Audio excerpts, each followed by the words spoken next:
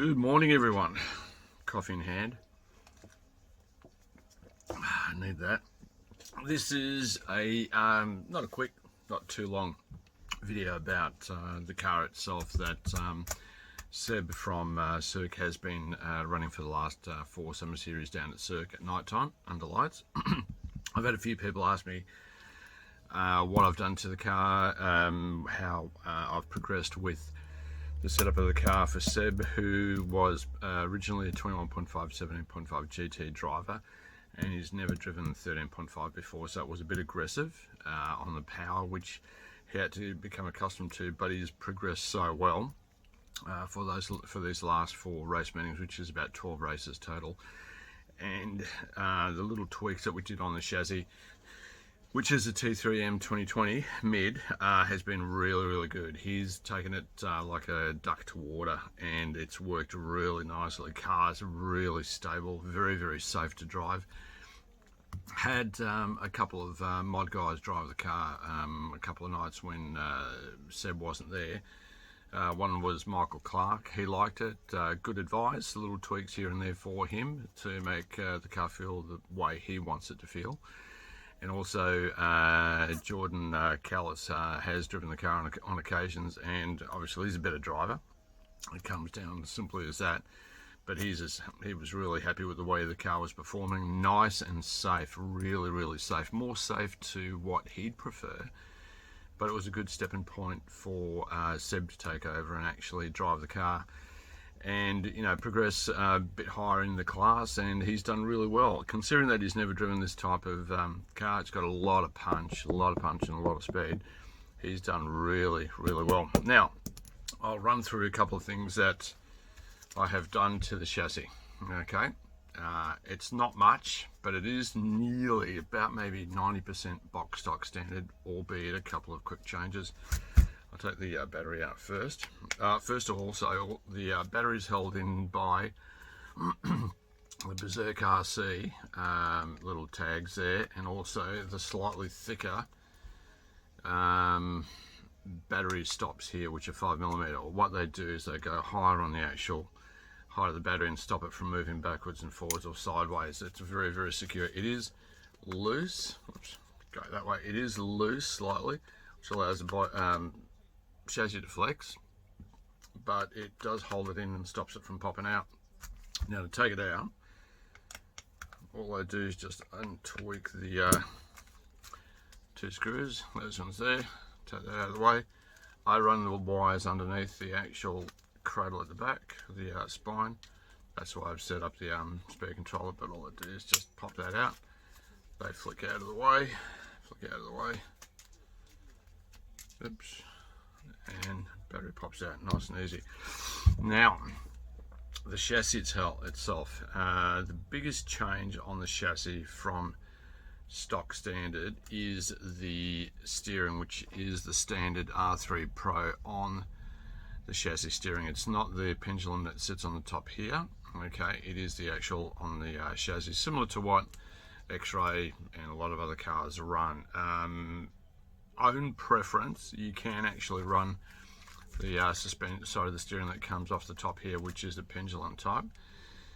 I didn't find much change on it at all, but at the advice of Lou Solar and Jordan Cullis, I did change it to the on chassis. As a preference, they have said that it is better. I don't really, personally speaking, I can't find a difference running, whether it be the pendulum type or this type. But it, you know, it's everyone's choice, and it does work. So I've left it at that for them. The other part is the actual. People ask me the spine at the front here, which is this one here, the front brace, top brace. This is the one that I make in the store here through Berserk RC, and this is the single spine 2mm. Now, that post there is only when I run GT body. It has no effect to the rest of the chassis. That just holds the actual body nice and steady. It doesn't actually lock the body in, but just supports it because it's a very long nose Vertigo Gillette that I run for GT when I do run it. Now, that spine, I find, gives the car a lot more positive steering, but stops it from being overly aggressive and snappy, in other words, stopping the front end being very, very flexy. I like it. Seb's become really accustomed to driving it with that. Jordan Cullis has driven it with that with no issues, and it's something that makes the car feel good, nice and planted. So that's number one. Don't worry about the post, that's just something that's there. Secondary, what have I done? Oh, on the back, as you can see, is just little extensions of body posts, just to basically stop the body from being tucked under if it does get rammed from the arse end. This is easy, just a longer screw through there where the posts actually go onto, and that tends to work. I like these body post arrangements on the actual chassis instead of going through the back end. Matter of choice, that's all it is. And what else? Yeah, I've spoken about the the battery holders. They work really good. They're out of Berserk RC. He makes these for this car and other cars as well, and being 5mm thick, it holds the battery nice and solid in there, but allows a little bit of, you can adjust it for a little bit of movement. And the only other one is the front, really, is that the carbon brace instead of the plastic one. This extends all the way to the actual front bulkheads and stops that front bending backwards, especially when you have let's call it an accident or an incident. Stops it from bending backwards, so it actually keeps it a lot more solid. There's a tiny bit of gap between this and the actual bulkheads, so it doesn't touch it completely. Now without that, there's a lot of flex, which means that you'll more than likely, and it's happened to a couple of guys, you'll break these screws because it flexes backwards and cracks the carbon over the front there. With that carbon brace, that makes the biggest difference. All the other changes on the car are literally just additions from the actual box stock standard stuff. I've got a tiny little carbon brace across the back there. I run 2 screws only, not 4, and it's raised by 0.5 mm from here and here up, so it's got a little bit more flex at the rear. The front is more locked in, and it works. I can't give you any other feedback other than it works, and it works really, really good. The car on the track is dead flat, but it rotates. It's got a solid rear end. It doesn't have any tendencies to kick out or do silly things like that. The setup for the car is already posted on Team Powers AU page, and also the the members links in Messenger. So if people want to actually try and use it, by all means. Diff oil is 3000 CST. The shocks are running 575 CST standard out of the box. Shocks, there is no change on those at all apart from oil. I run the O-ring on the shaft on the inside. These have been brilliant. I like these more than I do the bladder shocks. To me, they work like a true shock, compression up and release down, and the spring is your governing factor for ride height and how the car acts on the track. But the shocks I prefer way over the bladder type shocks. They are a progressive body shock, so I do run in quite heavy oil, 575, but it has an impact on how the car handles. Car handles awesomely. Everyone that's driven the car when it's been cleaned up and prepped, which is me being lazy, it's worked really, really good. So I don't change anything apart from little tweaks, which is basically roll centers, ride height, droop, and all that type of stuff, just to see what the car does on the chassis, on the track, in the hands of someone that's driving the car, e.g. like Seb. There's nothing else on the car that I've done. Configured the speed controller to run the wires underneath. Just makes it nice and neat. Pardon me. Nope, everything's pretty standard. I can't really say much more than that. They're the changes that I've done, and the bodies that I've been running have been all Zoo bodies. It started with the Zoozilla, which is the first body out of Zoo Racing. That's a really lazy body to run. No front, virtually no front bite, so you basically tune the chassis for the front bite. Second one was a Preopard. don't mind it. It's a little bit different on a tight track. It's got a weird tendency to be snappy sometimes. Set up and fix that as well. The other one was a Hellcat. I love the Hellcat on a big open track. It tends to be the safest body for me and someone struggling to get some sort of stability out of the car. On a big track, it's smooth, it's fast, and it's really stable. Maybe too stable for the liking of some drivers, but it is a matter of choice in how the chassis is set up as well. The other one is the Baby. Brilliant, love it. Makes the car really rotate. Its arse end is nice and sort of planted, but your prep has to be pretty good on your tyres to make sure that they do last the distance to give you that nice subtle feeling of stability right through the whole 6-minute race. And then the new one, which is the Wolverine. Now the Wolverine is, my opinion, a cross in between a Baby and a Hellcat. It's got the front bite that the Baby gives, maybe a little bit more. It's got a slightly more aggressive front end, but it doesn't mean it's actually aggressive to drive. It just helps it turn in really nice. In the S's at Cirque, it just wishes through really nice and flat. The arse end is very stable, really stable. High speed off the straight into the sweeper. No funny tendencies to have the arse end follow through. Rotates dead flat through the parabolic. I call it the parabolica. When it comes off, it's got a little sort of half moon at the bottom off the straight. Really nice. Through the S's, dead flat. No tendencies to switch and be aggressive, trying to come back to a neutral position. This has been proven to be an eye-opener. It's worked really good with the settings on the car.